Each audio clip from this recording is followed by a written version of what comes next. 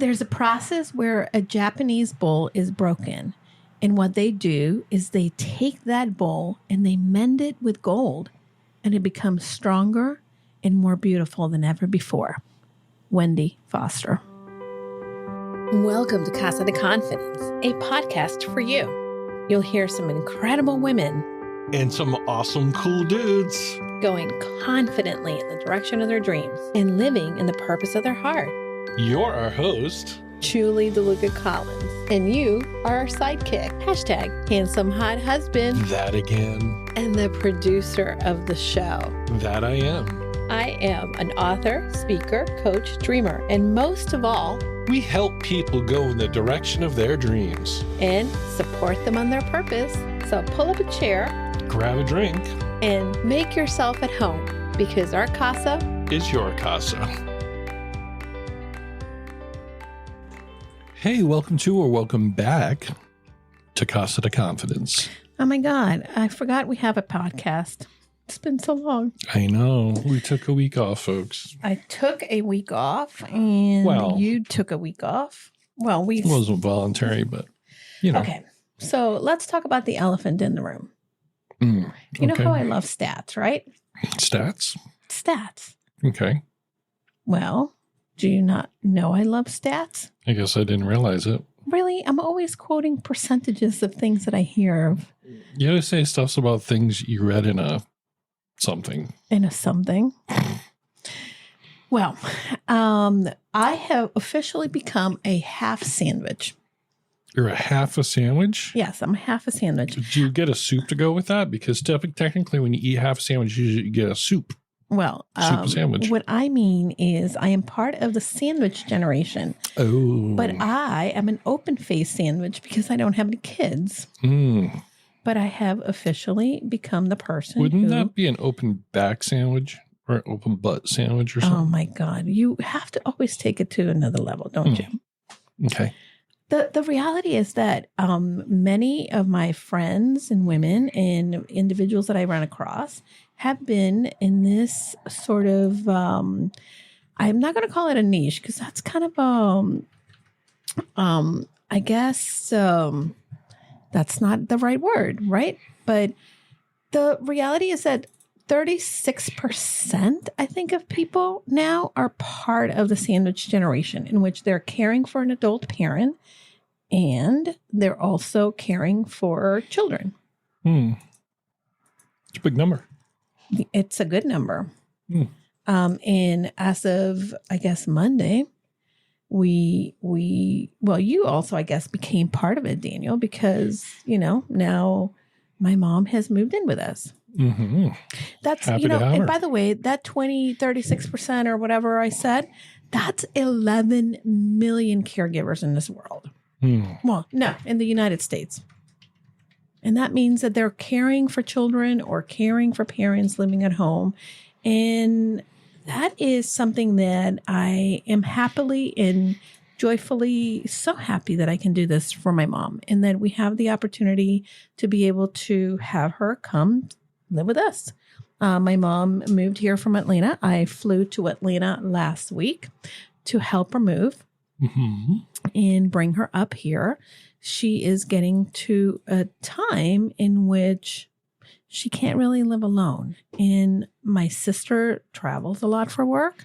My nephew and, nieces are, a lot goes on with them. So it was easier since I'm at home that she can come here. And by the way, just further details, 49% of Gen Xers are sandwich caregivers. What's the percentage? 49. 49%? 49%. And by the way, this report is back from 2019. So I would venture to say that maybe we're a little bit higher on that. And it's something that I'm going to be navigating, and I'm hoping that as I navigate it, and I'm not going to do this right in any way, shape, or form, there's going to be a lot of lessons, and I'm going to be sharing them with the listeners and with the world, really, because we have to be able to learn from each other. And I know that for me, I've learned from individuals who have been courageous enough to share journeys where they're not perfect. But here's the thing. Today's episode, we have Wendy Foster on the show. And Wendy Foster and I talked about a few things. And one of the things that she talked about is the impact of childhood experiences in our adult life. And last week, when I was moving my mom, I did not show up as a loving, caring daughter at times because I was very frustrated. And I found myself losing my patience with my mom. And in the middle of that, and I think that it's very difficult for someone to just kind of pack up their whole world and move. My mom is very independent. But as I was losing my patience with her, I had to take a step back because I got this flashback of when we were growing up, and she was a single mom. She had 2 jobs and things weren't easy financially, and it was frustrating. And she would from time to time lose her patience with us. And I found that the roles had been reversed. And I realized that I was kind of losing my patience in the same way, with a little loud Latina flair in there. Really? And that's kind of what I learned. And this is not, a blame thing, but this is a reality that I want to explore a little bit more of this, because I know that it's not going to be the first or last time, right, that I lose my patience. And it's going to be really important to not blame or not judge myself or her in these instances, right? Because children, and as a teacher, I've always said this, children learn what they live. And my mom also learned what she lived. It's true. We forget about how much we learn as children, as a developing person. And I mean, that's a lot of who you are is based on. And so, my challenge, and one of the things that I want to be able to do, is to use some of the tools that I have, my PQ or emotional intelligence, and really build sensitivity so that I can not be cranky. Really, Dan? What? So that I can be, I can use hypersensitivity as a superpower, as opposed to not someone that beats themselves up over, being cranky, but really learns from that experience. Because the majority of the things that we do with the experiences that we have, it's kind of like that quote that I shared in the beginning from Wendy Foster, and what she shared in the episode of how individuals, when a bowl is broken in Japan, right, they piece it back together using gold. A bowl? A bowl or ceramic. Like a bowl. Like a ceramic, whatever. I thought you meant like a male cow. Really? I heard bull. Well, the quote was, I'm going to have to read the quote again, Daniel. Well, no, right now. There is a process where a Japanese bowl is broken. A bowl? And what they do is to take that bowl and they mend it with gold so it becomes stronger and more beautiful than ever. And what I'm saying is that there's going to be a lot of brokenness in the experience of caregiving.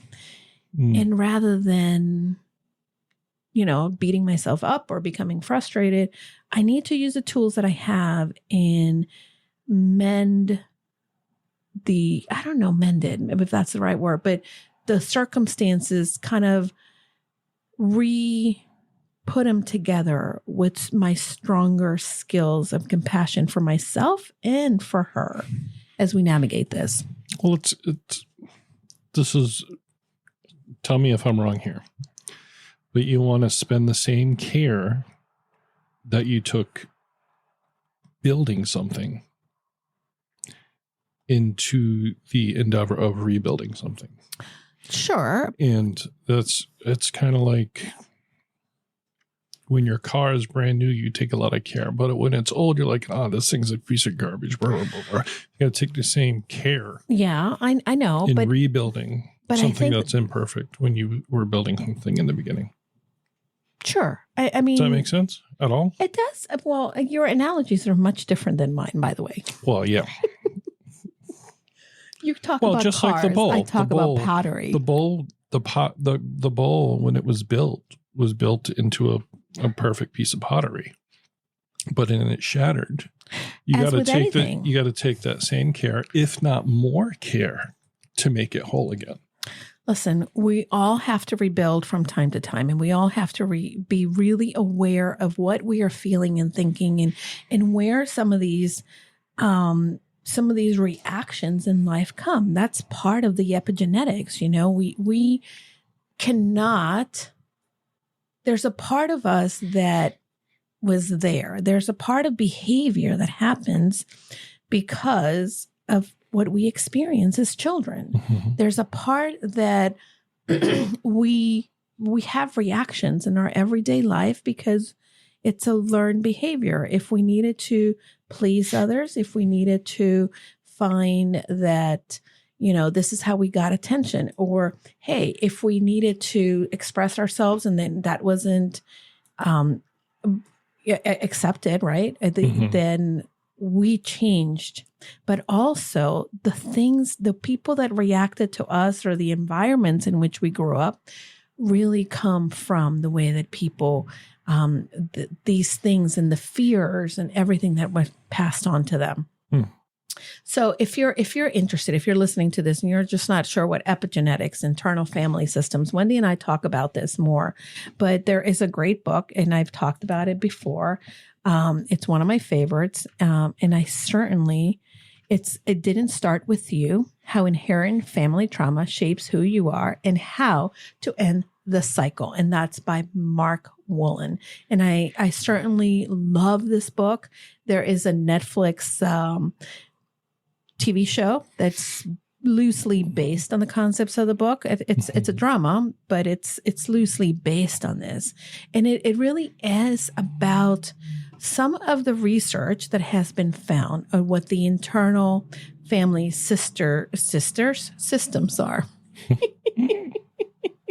Oh my gosh, I'm losing it today, I was just looking up the definition of epigenetics. What? I was just looking up the definition of epigenetics. So okay. The study of how environmental and behavioral factors can impact how genes function. Just for those who wanted to know. Julie kind of said it just a little different way in the way that applied to what she spoke about. Yeah. You know, this is a really practical guide, by the way. The book is a really practical guide, but how the things that I really picked up from the book and the lessons that I'm going to be implementing in this new caregiving journey, right, is how to identify the family trauma that lives in our world and creates the anxiety, fears, behaviors that are unexplained sometimes. Mm-hmm. And by the way, I have to tell you, I drove from Georgia. And guess who didn't have a struggle with being nervous in the car? Your mom? No, me, dude. Really? Well, you were driving. Yeah, I know. But you know how I've been a little nervous in the car when I drive? Yeah. I didn't really have any of that. And I hadn't even thought about it. Except yesterday I spoke to my sister and she says, "Oh, I'm so proud of you that you haven't been nervous driving in the car." And then all of a sudden, I remember after I arrived where I was going yesterday on the drive home, I was so much more careful and jumpy going back to that behavior. So I had to really kind of say, this is very interesting, you know? And anyway, lots of work to be done, my friends, lots of work to be done. Hello? Hi. You're not responding to me. I was drifting off. You? I was drifting off to the sound of your pleasant voice. Oh, geez, Dan. Please. Hey. Yes. We've got 2 minutes before the interview, and we need to mention where we went this Thursday. We went to the New England Podcasters Meetup. Yes, we went to the New England Podcasters Meetup, and how freaking fabulous it is to hang out with people who we admire, who we absolutely have learned so much from in the times that we meet up with them, and get to spend more time with them when we go to Podfest. It got me hyped up for Podfest. Can't wait to go. Are you going to apply to be a speaker? They reopened the speaking. I don't know. I would apply as a duet. You want to be a duet with me? Why wouldn't I? But we're already duets in so many other places. Here's what they're looking for. If anybody wants to apply, they're looking for people who are talking about podcast editing. I think you might be able to do that. Mm-hmm. Videos, authors and publishing, AI topics, and the comedy track is what they're looking for. Comedy? Mm-hmm. Maybe we can be a comedian husband and wife team. We're not that funny. I think we're funny. I think we're hilarious, but I don't know if people will think we're hilarious as we stand on stage. Oh, Lord. Are you going to be okay? Here. Hey, by the way, I also noticed something new on lots of things. Okay, you're telling me I have to go. So I guess I can't talk about. I am telling you we have to go. Yeah. All right. Well, we should really be able to, number one, Wendy, thank you for being here. Wendy Foster is not only an incredible life coach, but she is also a counselor and empowerment coach. And she had a challenging childhood, and her journey is really an example of how we can overcome. All right. So I hope everyone enjoys this. Everyone has an incredible week. My challenge for this week is for you to do something that excites you. Do something that excites you and enjoy this interview with Wendy Foster. Welcome back to another episode of Casa De Confidence. Today, our guest is a dynamic and spontaneous, intuitive ball of fire. Can't wait for this conversation. We have someone who has an experience in early childhood education, which I love because I do too, a counselor, empowerment coach, business owner, martial artist, author, speaker. But her magic comes from being an extraordinary lover and the leader of her own life. So let's jump into this conversation with my friend, Wendy Foster. Welcome, Wendy. Thank you, Julie. So great to be here. Thanks for having me. Well, it's a gift. And I want to thank you because you actually said something as we were beginning to kind of get ready to record. And I didn't acknowledge this because we went into another thread of the conversation. But you said that this morning you listened to the episode with Glenn Lubert on sleep. And thank you for listening. It is an incredible honor that people actually take the time to listen. And I am so grateful for that. So thank you. And I hope that, again, you found something in the episode that helped. I did. And I wrote some notes. Yeah. Well, he's phenomenal, by the way. And if you go to his website, he actually has, I don't know, he doesn't call it the sleep quiz, but he has a little, yeah, it's great. And he's super helpful. Perfect. And I will be doing that later today. Yeah. He has helped me a lot of times in I get his emails weekly. So, that's always a great resource. So when I'm having a hard time sleeping, which is sometimes a lot of times, that's why my newsletters call Midnight Musings, because I tend to have my best thoughts in the middle of the night. But yeah, so I do love that, we kind of cross paths with individuals that have had an incredible journey in their life. And I think that everybody, right, small or big or otherwise in between, we all have a journey and we all have a story. Now, your story began because you were the unplanned third child of an alcoholic father. Tell me a little bit more about your story, if you can share it with the listeners. Absolutely.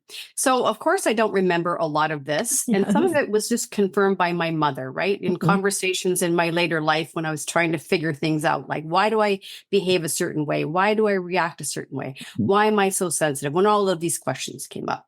So really what I learned is that she, it wasn't a planned pregnancy. She had 2 children already and they were struggling. My husband, my dad had issues with alcoholism, and that has been in several family members, including myself.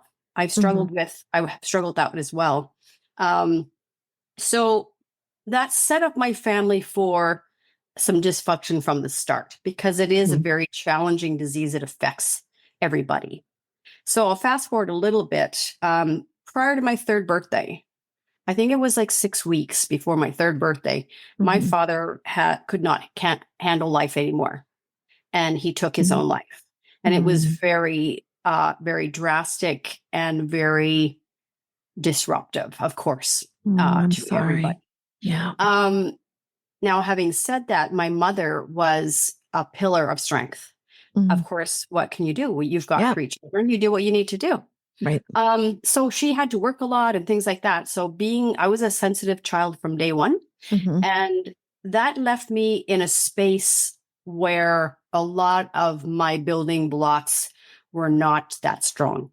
Now, the funny thing about this, and I always say there's no blame. I love my parents. They're both gone now. My stepdad as well. I love my parents, and they did a great job with the tools and skills that they had. They're very loving in their own way. And every child in a family reacts differently to circumstances. I happen to be the one that was a super sensitive child. And growing up, I thought that was such a negative thing. Wendy, don't be so sensitive, and people having to be careful around me and reacting. Later in life, I learned these are really great qualities that I can bring to other people. And throughout my several careers, that's been a common thread where as I say, a lover of life, I love people. I love people from, all ages and stages, and no matter where they are. And, I'm just I might bounce a little bit because you're fine. You're fine. I love what you're sharing, because I think that it's really relatable, right? Yes. And at times, although, we can go on and tell the story in order, there's a lot of pieces that come in. And I think that's the power of the story, right? I agree. So I give you full permission to pull me back in if I start to sway off. No, you're fine. I'm just recently revisiting. I mentioned to you before we started the recording that, I'm on a bit of a roller coaster. Because when people have trauma in early childhood, it really does come up and pop up in different areas of our lives. Yeah, absolutely. And that's where specials, like right from both of us being early childhood educators early on in our, right through to being coaches and counselors, those are pretty amazing things. And we need them too. So a coach needs a great coach, a counselor needs a great counselor, and so on and so on.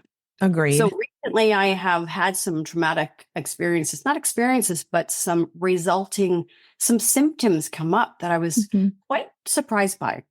Okay. And one of my go-tos, and this might be really relatable for people in the audience.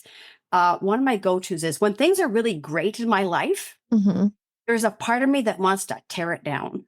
The self-sabotager. The self-sabotager. Yeah, absolutely. Right. Oh, man. And she started coming up with this force. And I was kind of baffled by it. Yeah. So I took myself out for a little bit and regrouped. And I started researching for a counselor. And I've had counselors in the past. Some have been great. Some have been not so great. But I've always learned lessons from everybody. Yeah. And I had specific criteria to look for. And I knew I didn't want a life coach this time, which was interesting to me. I wanted a counselor.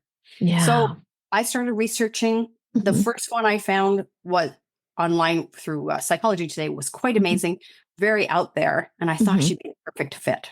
Okay. But as I'm going through, I love to research. I found another one who there was something about her demeanor. There's something about what she covers that really clicked for me. So I interviewed 3 of them, and I chose good. one I thought would be the least, my number 3. Yeah, interesting. I think that what you just did, and I think that this is very important, and I'm a big proponent of counseling and coaching, and there's room for both. And there's different periods in our life in which we may need one over the other. And there's periods, I've been in counseling and coaching at the same time. But again, you have to really be open to the solution. The one thing that a lot of people don't realize, or I tend to hear, Wendy, is they tend to say, I think I'm broken. Yes. Something is wrong with me. Did you ever think that? Yes. And I have a really good image for this. One thing I really like. Now, I'm going to forget the Japanese word for it, but there is a process whereby a Japanese bowl is broken. Mm-hmm. And what they do is they take that bowl and they mend it with gold. And it becomes stronger and more beautiful than ever before. I think that's one of the best analogies. I need to look at that. Who thinks they're broken. I love that. I think, that is one, I've never heard that, but I think that's powerful. And I think, gold is super strong. And I'm going to say I'm in my brokenness. I've been, kind of put together back with some gold in there. Love it. Love it. Thank you for sharing that. Absolutely. Another little piece of that is when that bowl breaks and shatters, it might just be an opportunity for us to look at individual pieces. Yeah. Yeah. That we can't necessarily see at the whole. If I'm holding up a bowl to you and you're looking at this side and there's one image on there and I'm looking at this side and there's another, we're not seeing the same thing. Yeah. So there might be some magic and beauty in those broken pieces that when we pick them up and examine them, then we don't see that as a broken piece. We see it as a missing piece, or maybe a piece that needs a little extra gold. Yeah. And I really like that analogy. Yeah. I think, for many of us, we break at times and there's pieces that are on the floor, but we're so focused on the break that we don't take a chance to examine the pieces. And at times those pieces that break off are key to the journey. Don't you think? Absolutely. Yeah. Absolutely. It's something, there's so many parts to that you could go to. Yeah. And speaking of parts, I touched on that briefly with you as we were speaking earlier. Yeah. And one of the things I'm revisiting is internal family systems. My favorite conversation as of late. The parts where it gets just so cool, even talking about parts, or even like back to, I keep calling you your sleep guy. He talked about, let me sleep on it and how important that is and how true that is. Yeah. Or, we'll say there's a part of me that thinks this, and yet there's another part that thinks that. So when we relate it specifically to that word, it makes it easier. So, for example, for somebody who's listening who hasn't heard about this before, maybe I'm somebody who gets nervous coming on a podcast or, doing something like that. There might be a critic inside that is on me about something, like you need to look a certain way, be careful of this and all of that, which actually adds to the anxiety. Most of us, if don't have any experience with this, we'll go into attacking that part, be quiet, leave me alone. I need to focus. And the trick is, and the magic is talking to that part and saying, okay, look, I see. Okay. Mr. Critic, Ms. Critic. Maybe there's a name. Maybe it's a gremlin. I like the gremlin terminology. I like that. That little gremlin's talking to me. So maybe I'm going to talk back and say, hey, gremlin, I see you there. What is it that you need? What are you afraid of? And usually something comes up like, well, I don't want you to embarrass yourself. I don't want you to be hurt. And underneath all of that is that part's trying to protect me. Yeah. That's the bottom line. I think that a lot of people don't realize we focus on, I don't like that behavior or that sabotages me. Why do I do this? But ultimately, there's that layer that we created that behavior as a protection mechanism. Yes, absolutely. Yeah. And when we recognize that and then also acknowledge the part and thank that part, thank you. You did a great job when I was this age or in this experience. And right now, I'm doing great. I got this. So thank you for being there. And if you don't mind stepping back a little bit, I'm just going to go ahead and do this. Yeah. And that also leaves space for another part to come up. Maybe the confident, playful part. As you know, I love to be playful and I'm very curious. So when I allow that part to come out, it it really does have a lot of fun. Yeah. So No, those are absolutely. important, really important parts of the internal family systems that I'm revisiting, having a lot of fun with. Yeah, I have to say, this conversation kind of takes me back to the conversation, and not Glenn, before Glenn. The episode before Glenn is with Barbara Nangle, and we talked about a little bit of the, reparenting ourselves. Yes. And saying, I love Barbara, we've by the got way. this. Yes, isn't she phenomenal? She Yes. lives in Connecticut. I was I supposed to know, see the her two of Sunday. you. I'm a little Canadian girl on the West Coast, and you both are in Well, Connecticut. you need to come and visit, and we'll have I a lot think of so. fun. Yeah. I think so. Yes. Yes. So take me back, for people who are listening, and maybe, and again, maybe they're new to the podcast. Thank you for listening, but maybe they're not familiar with the internal family systems. Yes. Address that for me a little bit. Okay. So it was Dr. Richard Schwartz that created this. I don't remember the date when he came up with this.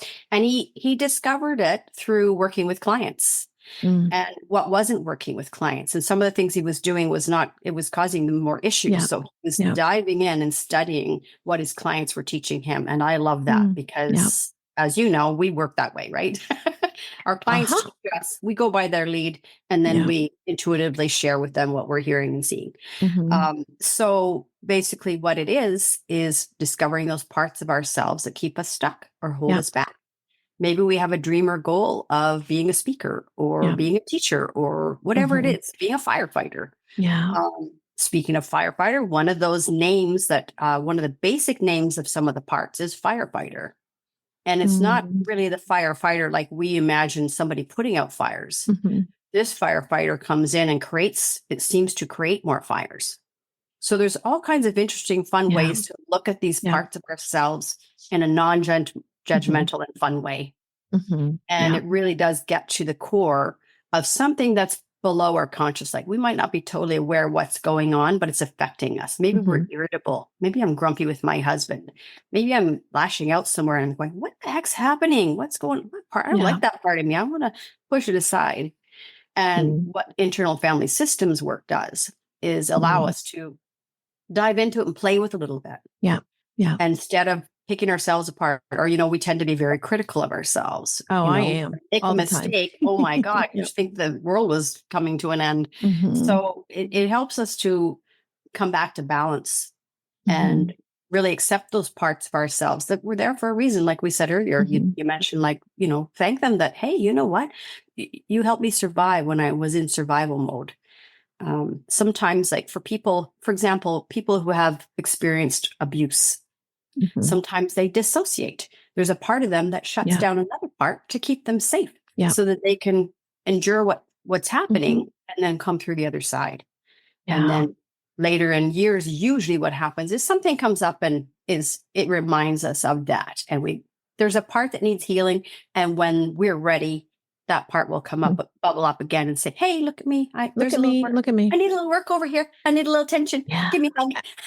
I absolutely, and if anybody's been listening to the podcast, then I probably talk about this a lot. And I talk about it because it is my experience of what I'm going through right now. There's a lot of things that are coming up from that I didn't know were there. Right. And really I'm processing a lot of that. And I think, it's easy to want to say, I don't know, I'll never get through this. I don't know. But it's important to acknowledge that it's happening. And really, go, just like, I think that sometimes, right, we need to go through, there's a road in our town, and to get to our vet, there's not another route other than going maybe 20 miles out of the way. But this is the road. And I hate that road, especially in the winter, because it gets to, I guess, a little tunnel. It's called Tunnel Road, aptly so. And we have to go through that, and only one car fits. And at times, if it's dark, I'm like, I have to go through. And at times I'll have that like, oh no, I have to go through that. Or I'll say, oh, maybe I don't need to go get their medication for my dogs, or I can have my husband do it. But at times we need to be brave, and we need to go through the discomfort or through that feeling. My husband, lately, he's been telling me, especially because I've been getting nervous when I drive. And this is something I've talked about, of course. And he's like, commit to the drive. And here's someone who, by the way, I used to drive hundreds and hundreds of miles every week.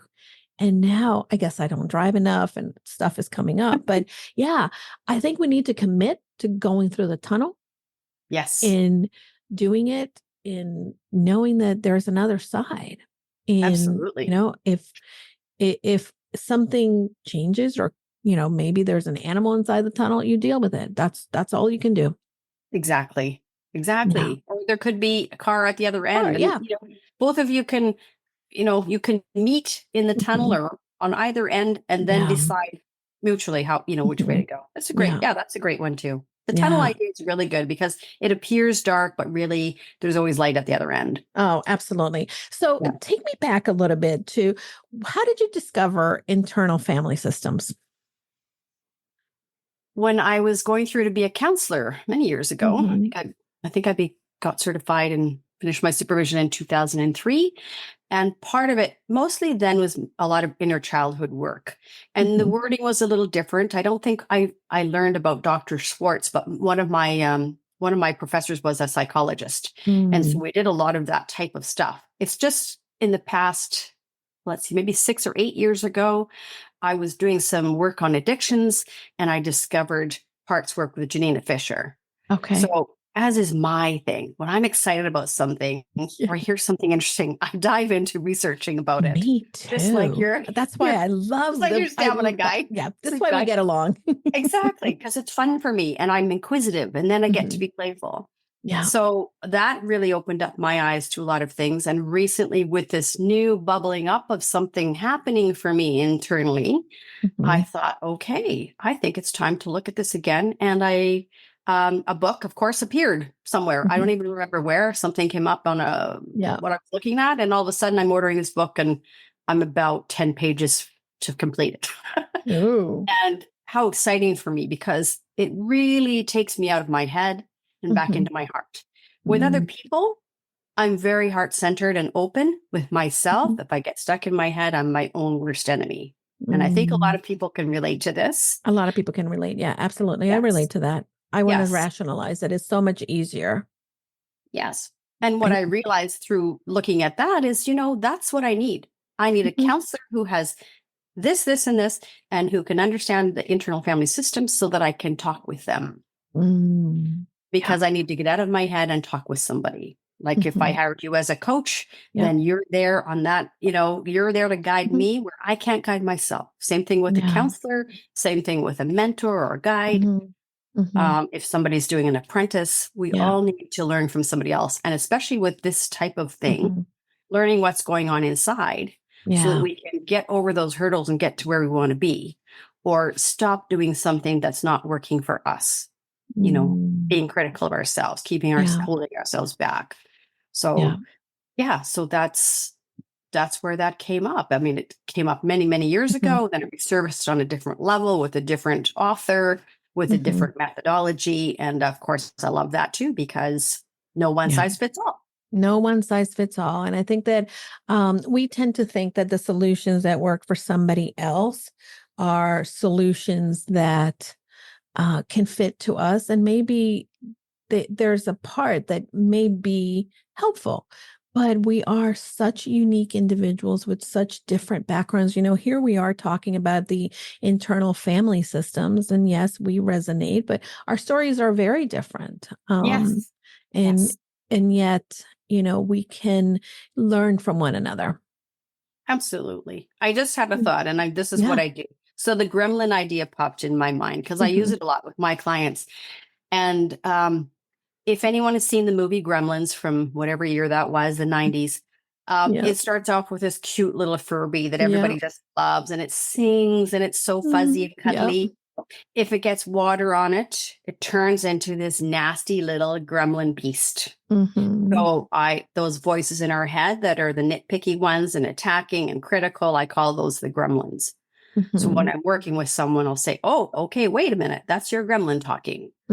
So then it's easy for somebody to picture the little fur baby and the gremlin, and then they can converse however they like, and often use, like teddy bears and stuff like that. So as a visual for people, then they can talk. I have yet to find one of you can't really get a nice looking beast, but you can get the little Furby ones that are very cute. Yeah. Yeah. And Absolutely. that way it's another way of doing parts work where, I recognize now because I have an image of a gremlin in my brain, and I can recognize, okay, so that is a destroyer.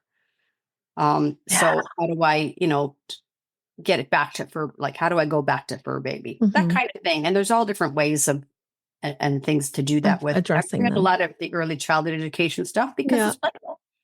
Yeah, and we all are children, so we can all relate to playful things, teddy bears. Yeah. I love it. I love that. I love that. Yeah. We started with your story, but I know that there's been many other heartbreaking things that have happened in your life. What else has defined you as you've become the woman who you are today? Well, this is my third marriage.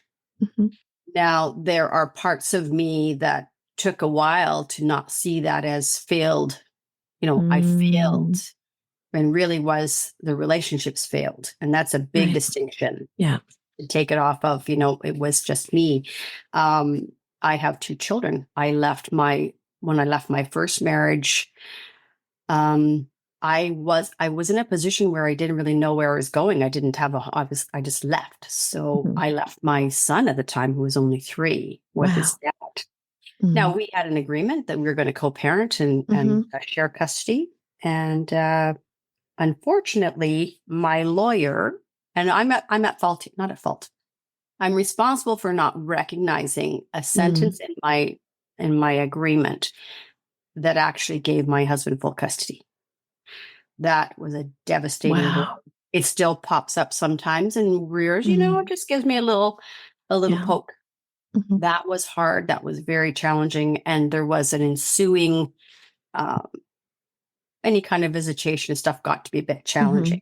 Now, my first ex and we get along great. In fact, I just went to the celebration of life for his brother and supported his mother, who's become a dear friend of mine, who's just moved away to another province to be closer to him now. So, there's a lot of healing goes on too, and this is important.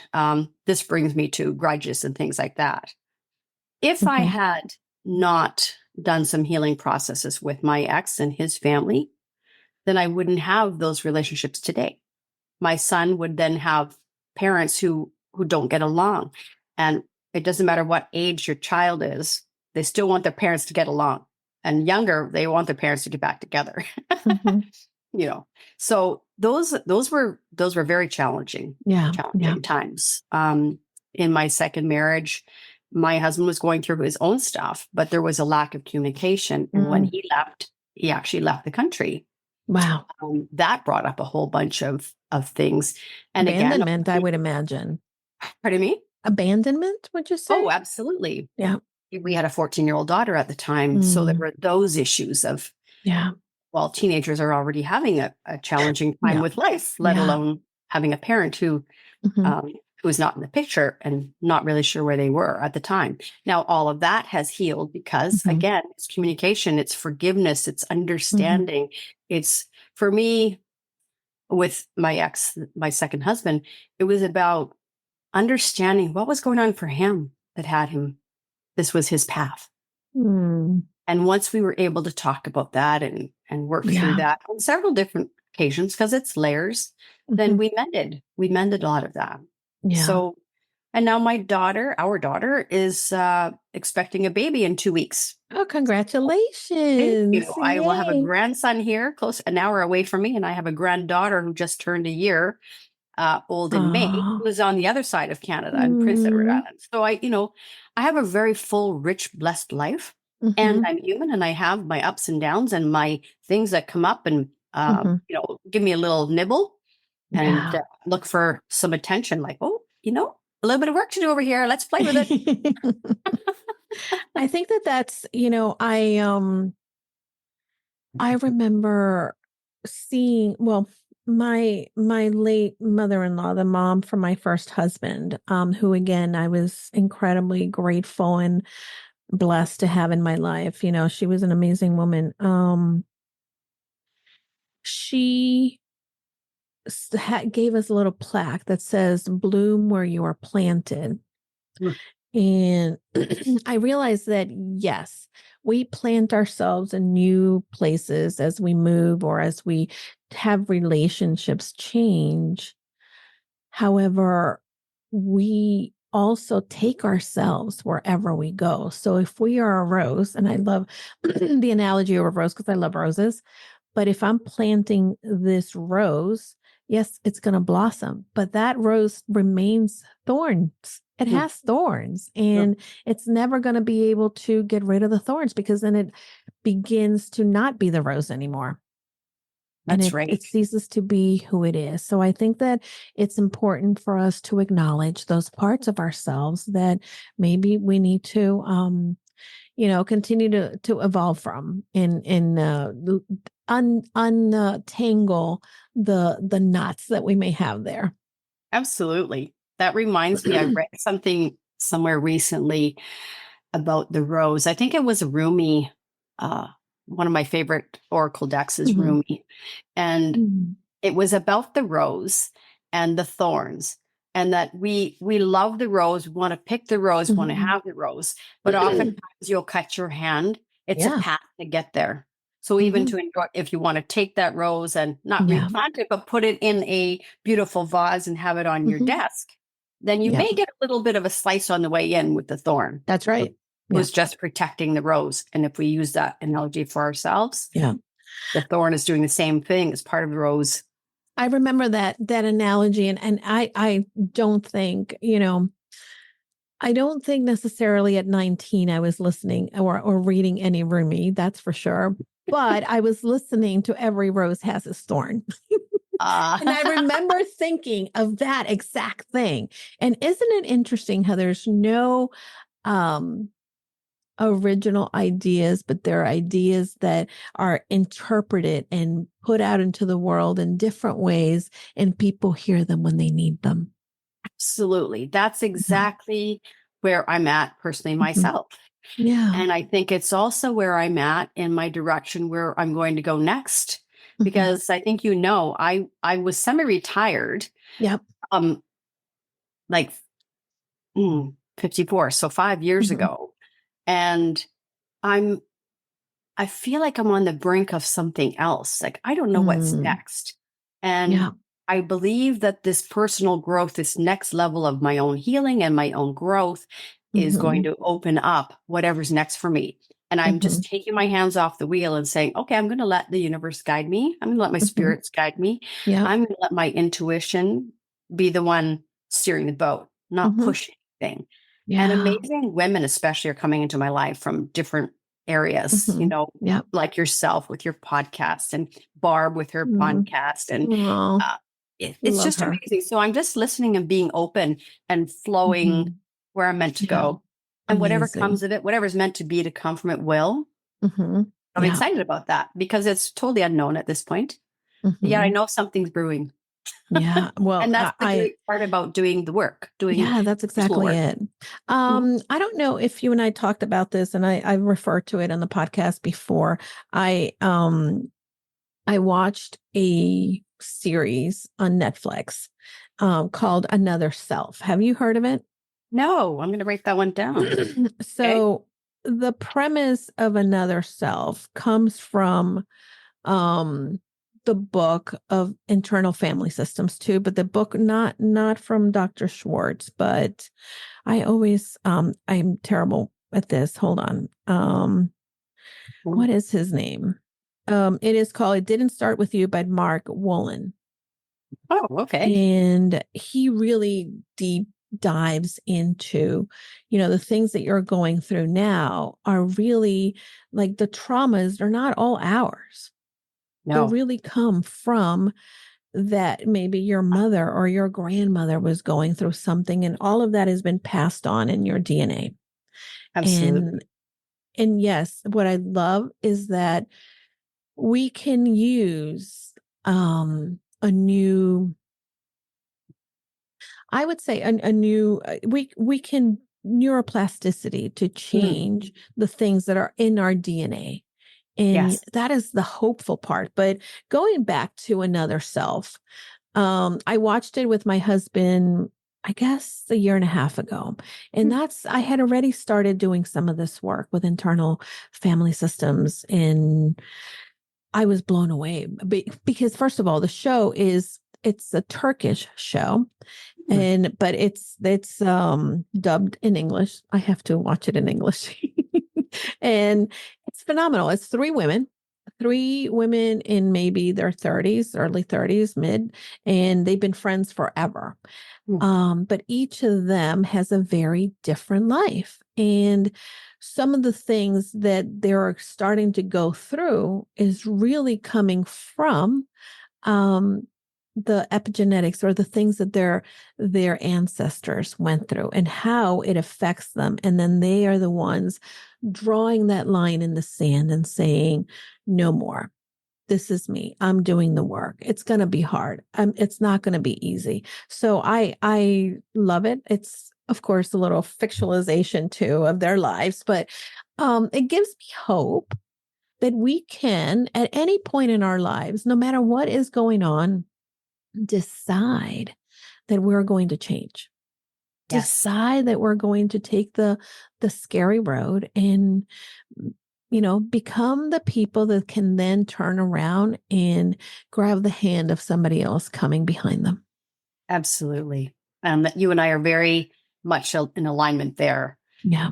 And I think all along, that's kind of who we're born to be, I think, is to go and forge a path a little bit and then grab somebody and pull them up. And yeah, giving a absolutely. hand up, not a hand out. And just all of that. And it all comes, my belief is that everything comes from love. When we come from love rather than fear, then all the right things fall into place, all the right people come into place, and people can actually hear the message. Yeah, absolutely. They're ready, and they find the right people to help them. Yes. You shared a little bit in some of the stuff that you shared with us prior to this conversation, that we all have these amazing gifts. And one of your gifts is something that I really love, because we talk about it here in this podcast all the time. And that is that you are the mirror maiden. Tell me more about that.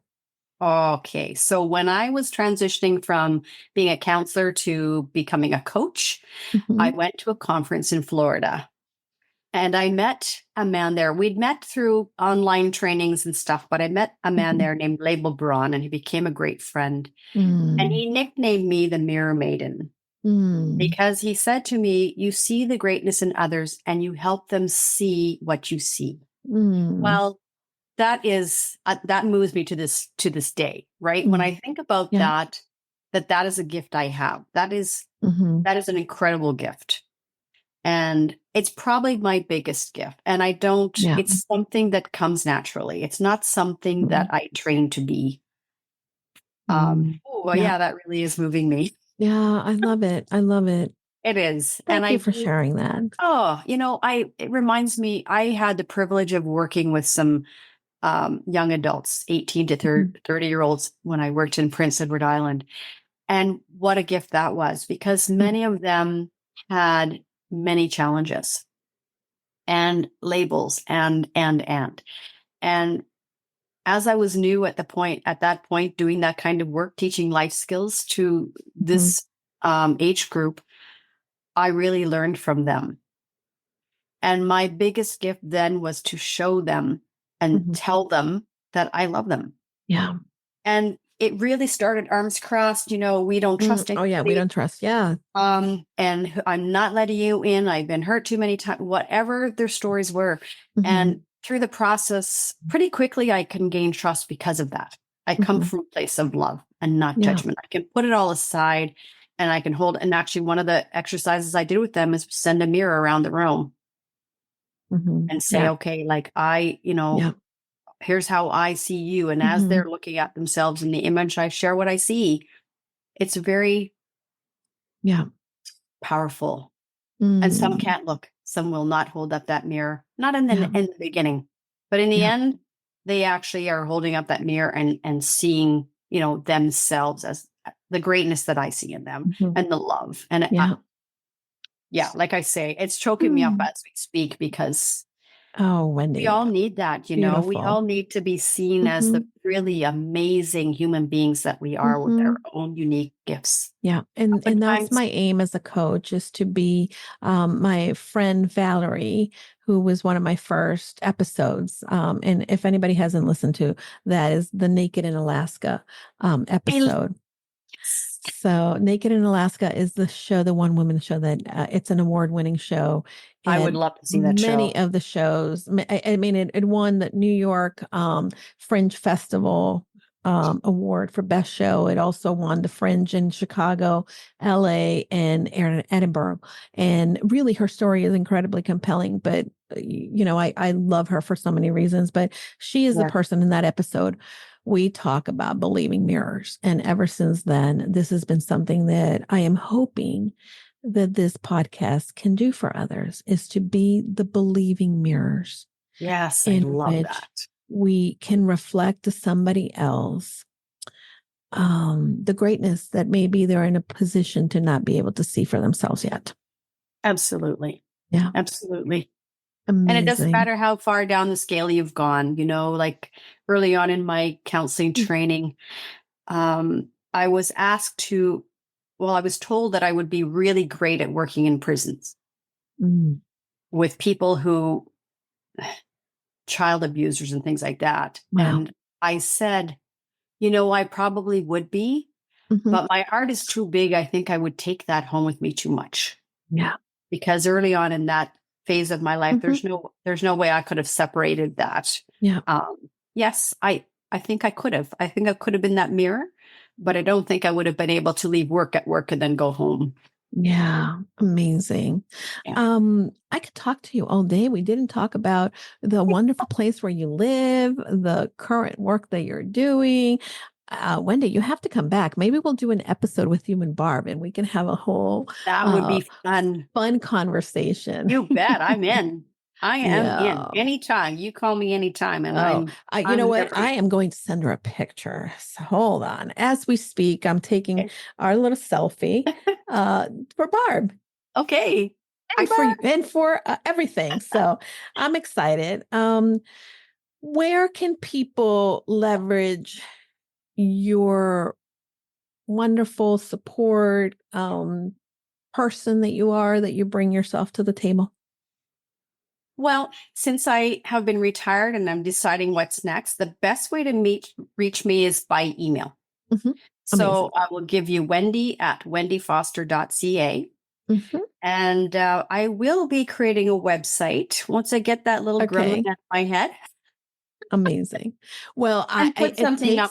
It takes a little bit. That's the best way to reach me. Yes. It takes a little bit, but we are going to have that information for all of you in the show notes. And I encourage you to please connect with Wendy. If there's something from this conversation that sparked a little flame in you, I encourage you to not let it burn out, but definitely let it kind of fan the flame a little bit and see what the flame is about, and then share that warmth with others. Absolutely. That sounds fabulous. I look forward to it. Absolutely. And we're going to get together and share more stuff. So thank you, Wendy, for being here. I'm going to put her email address, which again is wendy@wendyfoster.ca, in the show notes. And if you want to connect or share this episode with someone who needs to hear it, I encourage you, my friend, to do that, because we all need each other. And sometimes we are the ones who can, share with somebody else the one thing they really needed in that moment. So let's not keep it to ourselves. Let's share. And again, I'm so grateful to you, Wendy, for listening, to the listeners who are listening and have joined us today. And until next time, my friends, don't forget, go confidently in the direction of your dreams. Thank you, Julie. Thanks for listening to Casa De Confidence. We thank you for listening, and if you want more, go to casadeconfidencepod.com. Check Julie out on her socials as Julie DeLucca-Collins. And you can also check out her website at goconfidentlycoaching.com. Have a great week, and don't forget, go confidently in the direction of your dreams. Hi, everybody. I know that sometimes we get very lonely in this entrepreneur journey, and I want to invite you to join us into our limited time only Purposeful You Mastermind. For many of us entrepreneurs, we believe that we can do it all, but the reality is that doing it alone only creates a lot of overwhelm. So join us at the Purposeful You Mastermind. You can find out more information by going to bit.ly/Julie's Mastermind. This is going to be the place where you are able to then unlock your full potential and achieve long-term success for your business. Push you behind your current limits, expand your connections, discover new ideas, and implement them with confidence. You're going to get the support in all aspects and transforming you to the six-figure business you've been looking for. Pause and get off the hamster wheel if you've been spinning around. This is a time where you can get that support from like-minded entrepreneurs that are here to join you in your journey. Together, we can challenge the assumptions and land the speaking engagements and opportunities we want to grow our business and make an impact in the lives of people. See you then. Remember, you can find the mastermind at bit.ly, Julie's Mastermind.